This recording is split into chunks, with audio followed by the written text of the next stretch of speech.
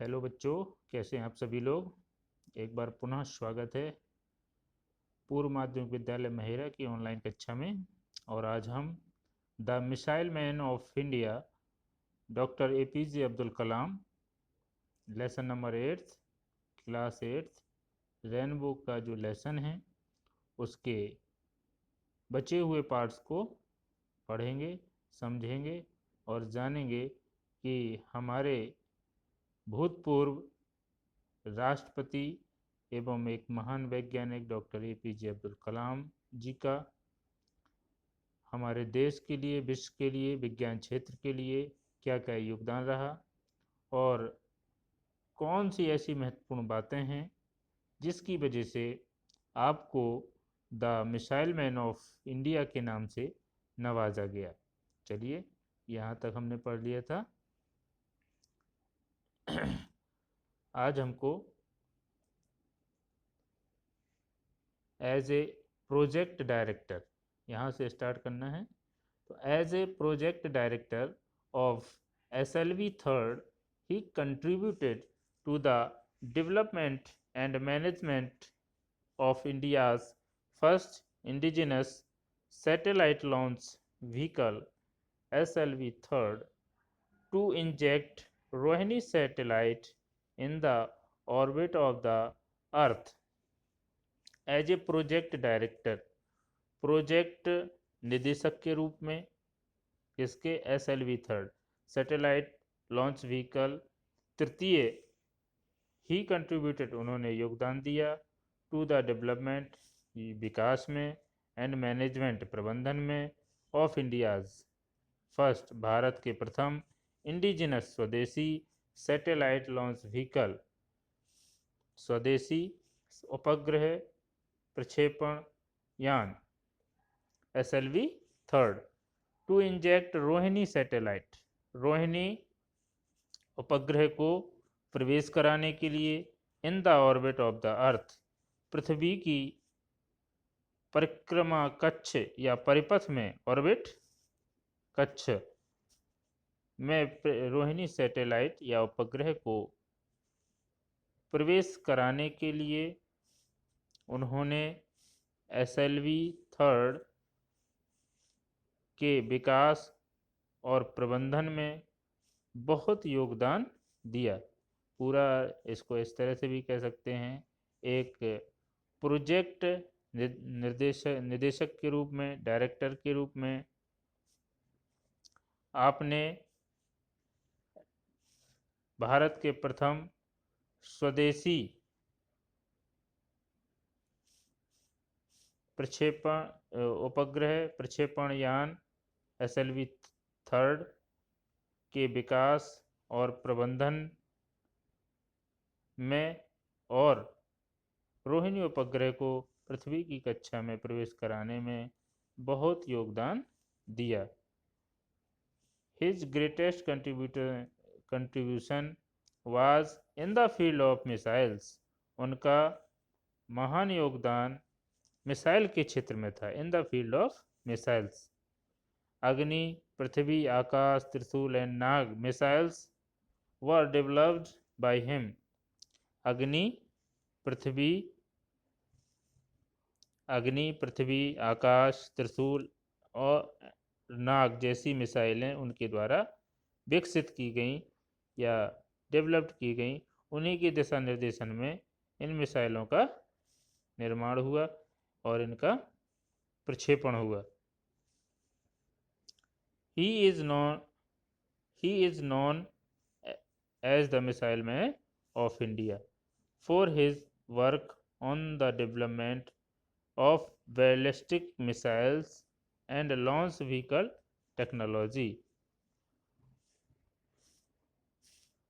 उन्हें missile man of India, Bharat के missile man के नाम से जाना जाता है। किस लिए जाना जाता है? For his work on the development of ballistic missile के विकास और प्रक्षेपण यान प्रौद्योगिकी के विकास के लिए कार्य करने के लिए उन्हें मिसाइल मैन ऑफ इंडिया के नाम से जाना जाता है। उन्होंने मिसाइल के क्षेत्र में और लॉन्चिंग यान जो व्हीकल्स थे उनके टेक्नोलॉजी के डेवलपमेंट में जो योगदान दिया, कंट्रीब्यूशन दिया, इसी वजह से उनको मिसाइल मैन ऑफ इंडिया के नाम से जाना जाता है।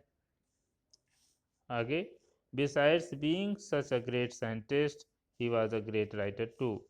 एक महान वैज्ञानिक होने के बावजूद वो एक महान लेखक भी थे।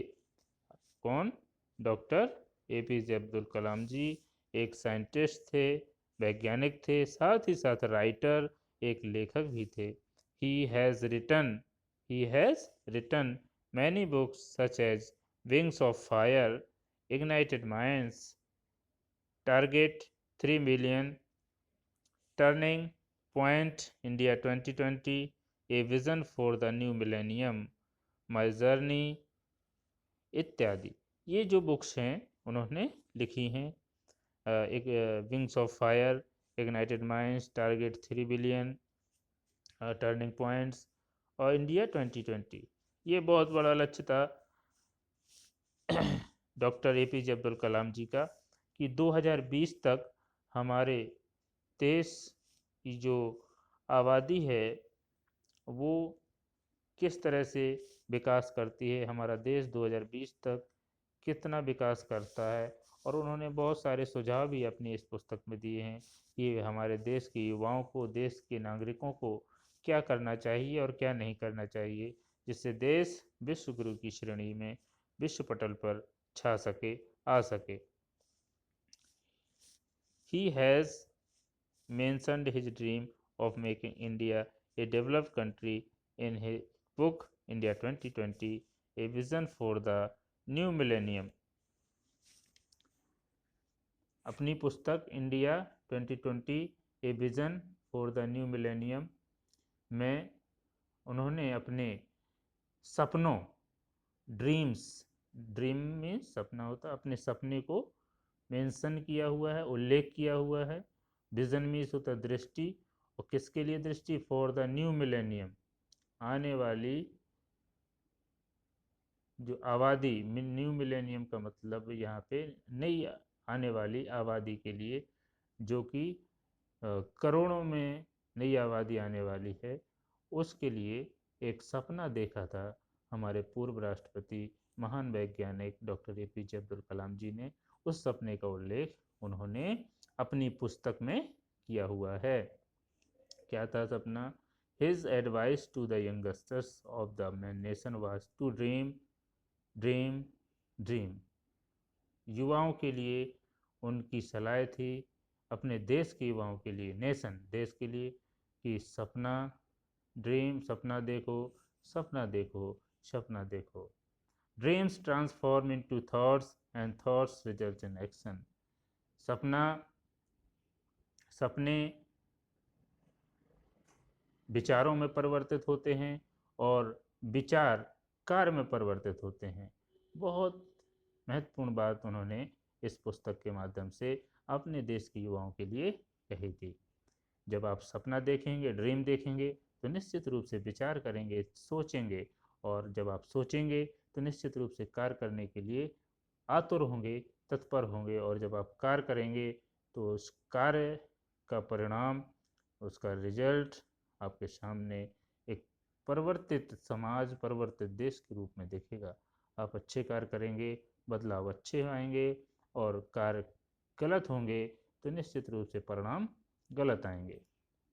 आगे, the government of India honoured him with Padma Bhushan, Padma Vibhushan, Bharat Ratna, including Indira Gandhi award for national integration.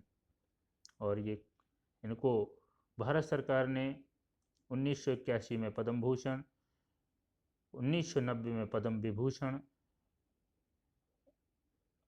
और भारत रत्न पुरस्कार से सम्मानित किया। साथ ही साथ इंदिरा गांधी पुरस्कार 1997 में राष्ट्रीय एकता के लिए, इंटीग्रेशन के लिए उन्हें इंदिरा गांधी पुरस्कार से सन 1997 में सम्मानित किया गया। 1990 में पद्म विभूषण, भारत रत्न, 1981 में पद्म भूषण इत्यादि अवार्डों से सम्मानित किया गया। ये तो एक मुख्य पुरस्कारों की सम्मानों की सूची है। आपको जो है हजारों पुरस्कारों सम्मानों से सम्मानित किया गया है। साथ ही साथ सबसे बड़ा सम्मान देश की जनता का इनके लिए कि जब इनका निधन हुआ था तो पूरे देश की जनता की आंखें नम हो गई थीं। Doctor Kalam passed away on 27th July 2015 while delivering a lecture at the Indian Institute of Management IIM in Shillong। Shillong के IIM इंडियन भारतीय प्रबंधन संस्थान में भाषण देते हुए 27 जुलाई 2015 को आपका निधन हो गया था। The whole world was shocked and saddened by the saddened by the sudden and untimely death of the simple, humble, yet one of the greatest men of our times। पूरा विश्व शॉक्ड, अचंभित और दुखी हो गया था आपकी असमय मृत्यु के कारण। किसकी असमय मृत्यु के कारण? साधारण, विनम्र और समय के महान व्यक्ति की असमय मृत्यु के कारण पूरा विश्व अचंभित और दुखी हो गया था। उन्होंने एक बहुत अच्छी बात कही है, if you want to shine like a sun first burn like a sun. अगर आप सूर्य की तरह चमकना चाहते हैं तो सबसे पहले आपको सूर्य की तरह जलना होगा। कितनी बड़ी बात है कि अगर आप जो है कुछ पाना चाहते हैं तो आपको कुछ खोना पड़ेगा। कहते हैं लहरों से कभी नौका पार नहीं होती और कोशिश करने वालों की कभी हार नहीं होती। तो वही बात है कि जब आप मेहनत करेंगे, प्रयास करेंगे तो निश्चित रूप से एक दिन सफल होंगे। और इनकी जो भी बातें हैं, जो भी विचार हैं, आज भी युवा पीढ़ी को जो है प्रेरित करती हैं आगे बढ़ने के लिए। और इनका कहना था, मेरे निधन पर कोई भी विद्यालय में, किसी भी शैक्षणिक संस्थान में अवकाश ना हो, और अगर मेरे लिए कुछ करना ही चाहते हैं तो मेरे जन्म दिवस को एक विद्यार्थी दिवस के रूप में मनाया जाए। इस वजह से 15 अक्टूबर को विद्यार्थी दिवस के रूप में मनाया जाता है। तो ये थे मुख्य विचार डॉक्टर APJ अब्दुल कलाम जी के बारे में। और इस लेसन को सुनिए, समझिए, पढ़िए। जहाँ समझ में नहीं आए व्हाट्सएप पे मैसेज करके या कॉल करके पूछ सकते हैं। और नोट्स बनाइए मीनिंग का, साथ ही साथ क्वेश्चन आंसर्स का भी जो हम व्हाट्सएप के माध्यम से भेजेंगे उसको नोट करना है। Doctor APJ Abdul Kalam, the missile man of India. धन्यवाद।